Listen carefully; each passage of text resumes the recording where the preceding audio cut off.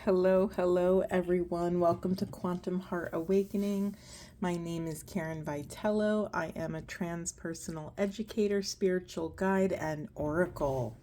It's been a minute, and I apologize for being away. I was dealing with some crazy dehydration symptoms. And just a heads up, everyone take care of yourself. Have your water bottles close by. If you're in the Northeast, we've had some crazy humidity, and it sneaks up on you because it doesn't feel that hot out, but it is. So please take care of yourselves.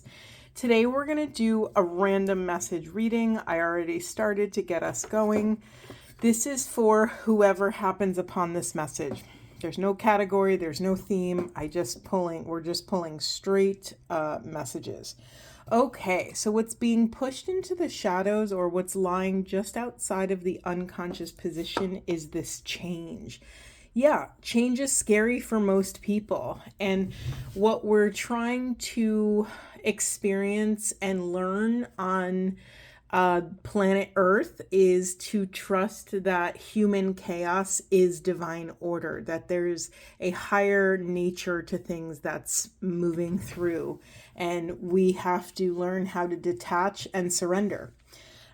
So that's our kind of lens we're looking through of this message. So if you're pushing away change, or if you're avoiding change, or digging your heels in, then this message might be for you.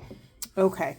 Forgive me also, I'm a little rusty. This is my first reading in quite a bit. So getting back into the rhythm of things. All right, let's drop in and get to it. Let's all take a sip of water. I can't tell you, the symptoms of dehydration are really crazy. I was extremely dizzy. I was nauseous. I was throwing up. It was very scary. So don't mess around with that stuff. Okay, let's see what's here.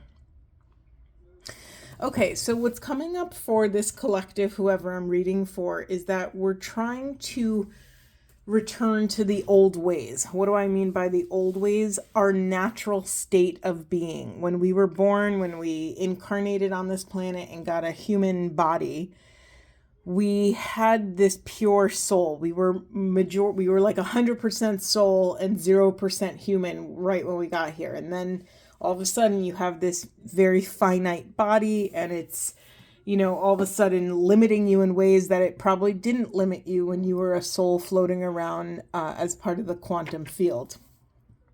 So we're returning to some sort of pristine nature, some sort of purity of souls, purity of spirit here. And so this is really hard for people. So the same people that it's very hard to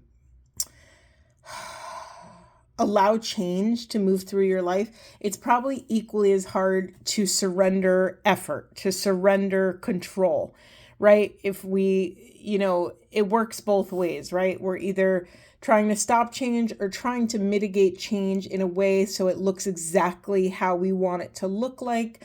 So it, makes us feel safe and in control. So I'm getting just really distracted by noises. It's really funny, even though I am a channel and, I do this all the time, it takes me a minute. It feels like I have to take off my human suit and put on my, polish my soul radar. And I'm very rusty. I'm very cloudy in the brain.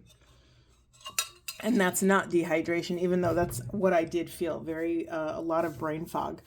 Okay, moving on.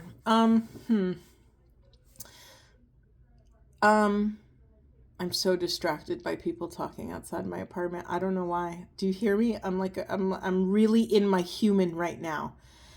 And I love this human. I love all her quirks and all her distractions and vulnerabilities and inadequacies. Oh, what a great thing. I get to feel all this right now. And that's what we're doing. We're trying to learn how to come into a sweeter relationship with our human vessel. Like, we all screw up. We all fall down. We get back up. We fall down. We get back up. We're just trying to figure this out down here, right? All right, so there's something here about needing to babysit your frequency, to be incredibly intentional, conscious, and mindful of the energies you're allowing in your life and the energies you're allowing to exist within you. You know, we're not just learning how to keep all the bad things out. We're also learning how to cultivate good things within ourselves. You know, it doesn't matter how high your fences are if the toxic stuff is inside your house, right? It's like, oh, now you just created a toxic trap for yourself with this big fence that you can't get in or out. So we're learning to really take accountability for our inner state. You know, it is funny because I just returned to meditation. Let's not get carried away. I'm not developing this massive meditation thing, but I've been doing it here and there. And more importantly than the habit is that I'm thinking to do it. I'm remembering that that's a tool I have in my toolbox. And the first day I did it, it was so easy. I did a very short 15-minute meditation, but for those of you that know, even a 3-minute meditation could be agonizing if you really struggle with it. And I'm usually someone who does. So it was very bizarre for me to do a 15-minute meditation kind of in like a perfect way. And then the next day I opened my eyes and it had only been like 6 minutes. And I was like, really nails on a chalkboard. I was really suffering through it. And they say the more you struggle with it, it's the more you have to do it, the more you're actually, your soul needs it. So yeah, there's something here about just being mindful and remembering that we could choose another path, even if we struggle with it, that there are other ways of handling change. There's other ways of being a human on the planet instead of suffering. So I wasn't going to share this, but I guess I will. On top of this dehydration, it came off of me doing profoundly dense inner and transpersonal work. I had like 2 weeks where I was diving so deep into the psyche and spirit, and it was so aggressive. And what was beautiful about it was that for that time, I think I did become more spirit than human. But this is a perfect example. And this is why I teach, because, you know, those of us who are meant to step into these leader teacher roles often have to go through the crap first. So I just want to say out loud so that we can all hear it, is that, yeah, sometimes doing this energetic spiritual work can so aggressively take us out of our human that we start neglecting the human. And that's what happened to me. I was so distracted. Like I didn't really always remember to eat. I definitely wasn't drinking enough. You know, it's like when you're riding those energetic waves, it's a pretty wild existence. It really pulls you out of the human. So just being mindful that everything in temperance, right? Everything in balance. You don't have to take 4 years off of your life to do this work like I did. And that's also an extreme thing in it of itself, but it's where my particular soul was called. It's where I most likely signed a soul contract to do this kind of work. I don't know what you believe, but I do believe that everything is here for a specific reason. I believe there is, order in all chaos. So I think this bout of dehydration for me personally was a heads up to pump the brakes. I'm getting emotional talking about this because it was so intense and awful and grueling, and I think it was a reminder for me to be like, hey, you're a human, you have a body, and it has needs and wants and desires, and it needs some attention and some care. So I don't know who that message was for other than me, but it's just a good reminder that if you're on this path and you get caught up in tarot readings or, getting session work done or anything, that's all well and good. But when it starts to rule your life, when it starts to kind of pull you away from basic necessities, it's kind of a warning. I was telling my friend that sometimes I look at this spiritual work like bowling. And I don't know if you guys had this growing up, but when like if kids wanted to bowl, you could request to have the bumpers put in down the lane. I feel like we are children on this spiritual path. Like we know so little, and yet I also honor that to even be here in Earth School, it is a master class. It is a PhD program. Having said that, I still think of us as little kids on this spiritual path, and we need bumpers. It's a really sweet way to think about this really dense, heavy work that all of us are learning how to come into relationship with. So I'm just going to pose the question for you, like, what are your bumpers? For me, my bumpers are like the daily necessities. Like, okay, I have to wake up. I have to do some hygiene things. I have to drink enough water. I have to have a nutritious breakfast, and I have to move my body. Like, those are my bumpers for, just to be clear, that's like the bare minimum. And I also want to honor, like, you might struggle with the bare minimum. If you're more, if you've moved through this life where you feel more energy than human, more spirit than matter, it's really hard. Those bare minimum baseline things are really hard. It's hard to get up and go do your laundry. It's sometimes hard to get, to brush your teeth when you're in that sort of awe and wonder of the universe. It's like a crazy, crazy thing. And I'm so emotional about it because it's real. And I think a lot of people suffer on this path because they don't have anyone to kind of go through it with. I think a lot of people in the early stages suffer alone, and it's that suffering that's the impetus for growth often. But, not everybody wants to heal. And that was something that I had a really hard time integrating in the early days. If you've ever read Carolyn Mace's, one of her earliest best time sellers was Why Don't People Heal?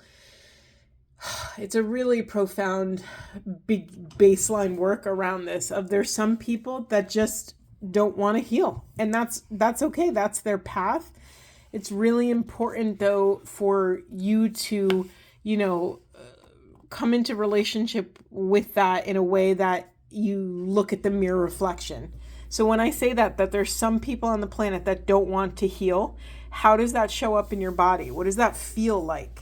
Do you believe that? Do you, where do you fall on the spectrum? Do you believe you have free will, power, and sovereignty to make changes over your life? Do you feel, where are you with that? Do you think you can heal? Do you want to heal? Do you believe in this transformational work? Okay, that's that. Let's move on. So yeah, we're okay. I get it. Thank you, Spirit. I'm getting back in the groove of things. It's all happened. We're all moving and shaking. It's all great.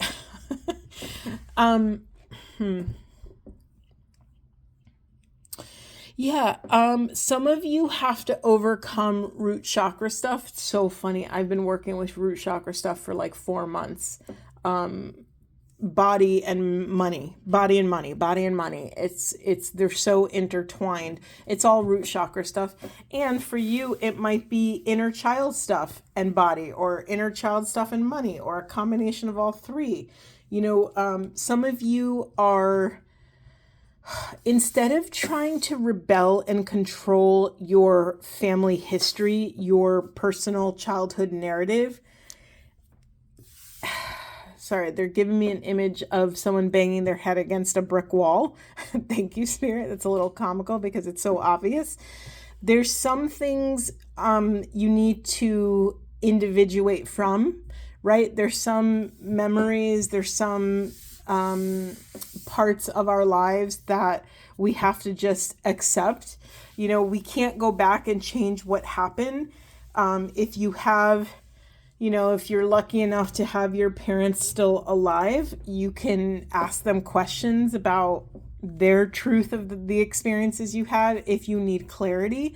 But at the end of the day, you have to kind of detach and sort of come back into your own wholeness to really surrender those attachments. Sorry, I'm not, Spirit, can you clarify for me? My brain is a little... Less is more. Thank you, Spirit. Less is more. You're being called to make less effort and just focus on maintaining your frequency.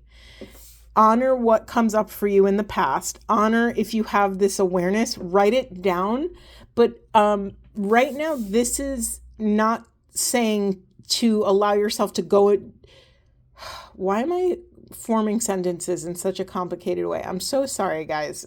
I'm telling you, it's a rough first start, but we're getting there. This is telling us to pump the brakes on the emotional experience.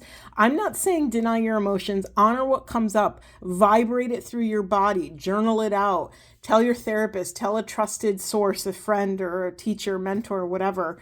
But your core work is not this. It's almost like your awareness of your root chakra stuff. So family stuff, your thoughts about money, your thoughts about body and physicality, maybe sexuality, reproductive stuff, your physical, genitals or something, if that's resonant for someone. All this stuff is a symptom and a byproduct of you caretaking your own frequency. It's like it's all interconnected. I'm almost seeing like these lines, how they're all connected. Some of you might be pushing change away because if you truly honored your divine nature, it would require you to let go of all of these narratives and stories here. So, yeah, less is more. Don't put as much effort as you think you have to in that. I wanted to keep this message short, but I knew I was going to yap because it was my first one back. Let's get one of these really quick. Anything else for this random message we have here? Thank you so much. Don't dim to fit in. How are you dimming your light in order to fit in? Awakening, energetic upgrades, a new way of being and integration, and starseed, what lights you up? Yeah, these messages all point to this throwing out of the old.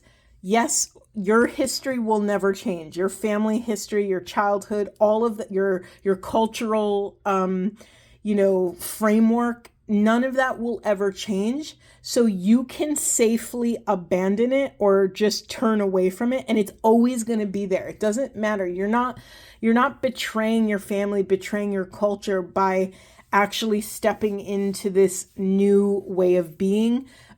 You have all of these profound, divine, they're showing me like a computer grid, not a grid. What do you call it when you take apart a hard drive? The chip boards. I'm sorry, forgive me. The microchip boards. I don't have any of the right lingo, but they're showing me that you have this hard drive within you already. So actually, by holding too tightly onto your human family of origin narratives, you're actually abandoning and betraying your quantum lineage. Does that make sense? I know this is kind of out there narratives and it might not land in you until later, until you sort of are on the other side of this integration, but you're being called to follow what lights you up, because there's like a texture in what excites you that is going to provide the next stepping stone, that is going to help you like bridge from this point, from point A to point M, I don't know, wherever you are on your journey. Pay attention. Do you hide a part of yourself around your family or around your coworkers? Do you find that you're fragmenting yourself? Like, are you different with all these different groups of people? Do you know, I was like that for decades, for a couple decades. It was my empathic people-pleasing nature. I felt like, because I'm around different groups of people, I have to be different, or, the group needs something else. And I lost myself in the process. And so I always looked up to people, those personalities that were the same people, no matter, whether they're talking to clients or, the janitor or a CEO of a company or a homeless person on the street. They were just who they were. And I always admired that. It's a huge marker of self-esteem and self-confidence that they love themselves enough to just show up in the world as they are. And so there's something about that collective that you're being asked as as you start to integrate these new kind of, it's like your DNA blueprint is getting an upgrade. There's some sort of energetic upgrade happening, and it might be happening under your nose. Like, you might really not notice it. You just might be fatigued. You might be, have that sort of like nothing tastes the same in your life. Things that you used to enjoy, maybe they're not as enjoyable as they used to be. It could be like different foods you eat. It could be things you used to do with your friends that all of a sudden you look around and you're like, you know what? I'm friends with these people because we've been friends for decades, but I don't really have anything in common with them anymore. And that's okay. I know that's a hard place to be. And it makes sense if you're pushing change into the shadows, because it's scary stepping off into the unknown, because we think we're going to be alone. We think we're not going to be supported by our family, friends, the universe, something. And it's understandable why we would push this away. But I'm here to tell you and kind of give you a little confirmation that you have no idea what's on the other side of this integration. This new embodied version of yourself might be able to span the full spectrum of human interaction. You might not only, after this, you might not only reconnect with your old friends and family, but you might have a big enough container to hold new connections and people with new ideas and new experiences in life. So don't write off change so soon, collective. Just saying that. In the unconscious position, sorry, let me hold it closer. We have boundaries. Where do you need to establish better boundaries? Yeah, okay. Thank you, Spirit. This is really important. As you do this work, you are going to vibrate a new level of consciousness in your being that may be different, and most likely will be different from those around you. Now, if you're vibrating, and I hate to say higher because I don't want to imply that there's a hierarchy. I think consciousness is a continuum. It's just infinite. But there are different frequencies within that. Not better or worse, not higher or lower, just different frequencies. You're going to find that as you sort of integrate and embody this new way of being, you're going to probably piss a lot of people off. You might even trigger a lot of people. I triggered a lot of people, especially when I was in groups. Like if I was at a retreat or something, I noticed that my level of like love and my level of oneness really triggered a lot of people. I got like really awful judgment for it. People said stuff to my face, like, you know, people thought I was fake. People thought I was a goody two shoes, and I was just there like chilling. Like I was literally just existing, being present at the retreat. And at that stage of my life, I was pretty empty in a wonderful way, meaning I was probably the clearest channel that I had ever been. And when you're embodying that level of light, it shines brightly on other people's darkness. And oftentimes that stuff that people shove into the darkness, it's in the darkness for a reason, right? They shove it into the shadow for a reason. And when a big ball of light comes in the room and all of a sudden they have to look at their own stuff, yeah, it could be a bit activating for people. And also, I believe that that was all divinely orchestrated. You know, it had nothing to do with me. I was just the catalyst.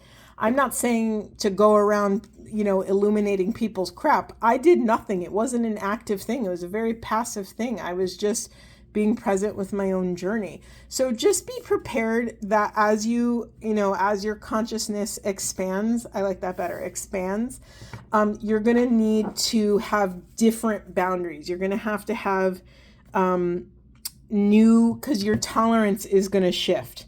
Your priorities are going to shift, and people might not agree with how you're spending your time, where you're spending your time, who you're spending your time with, what you're reading. You know, people really get pretty fired up about this stuff. So just, you know, be prepared to set a few more boundaries. If you haven't heard it from someone, you're going to hear it from me. You're worthy. You're enough.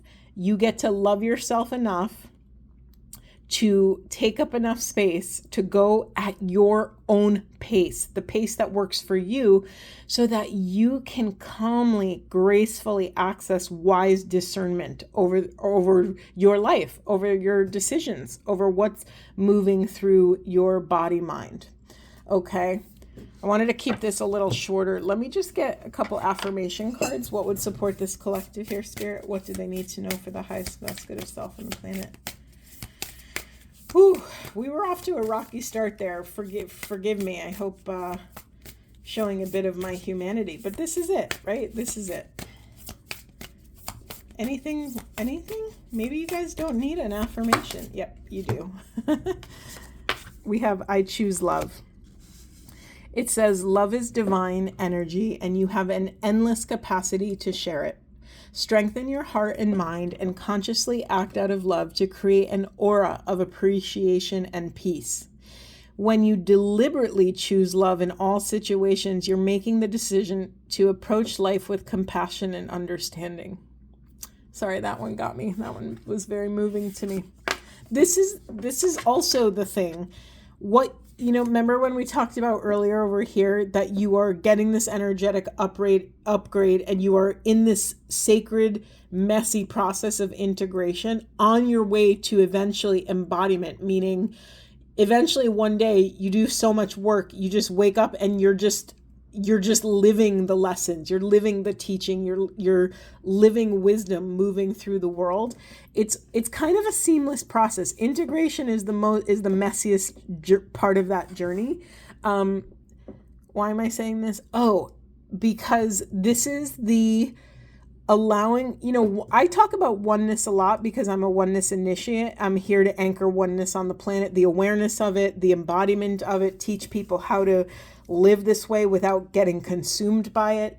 This is the transpersonal part of my transpersonal education, coaching, whatever. Why am I saying this again? Oh, yeah. So as you start to integrate these things, as you start to allow more compassion to be in the room with you, along with all the other shit, essentially you're allowing compassion to companion you. Compassion, the root of it is compati, with love. It's literally like with love. Can we do this with love? It's a unity energy in it of itself. The more you can just allow love to be in the room. That's something I used to say with my friend. We still say it once in a while, but we developed this model. I might as well just share it with you. We developed this model for when we really struggled to access love. We're like, well, what if love is not something that we have to feel? What if love is just what's here, right? We are loving awareness first and foremost. It's just our own blocks that's blocking that. So essentially, imagine a room with love all on the walls, on the floor, on the ceiling. Imagine just like that's the love room. And what we would say to each other is, okay, just go in the love room. And so maybe we were grieving, maybe we were angry, maybe we were freaking frustrated or whatever it was. I love this modality or this mechanism because we're not making love a destination to get to. We're making it a friend to be with us, right? Love is just like, it's always there. It's always companioning us through the density of our human experience. And so I really love this idea of not trying to, here's what I'm really trying to say.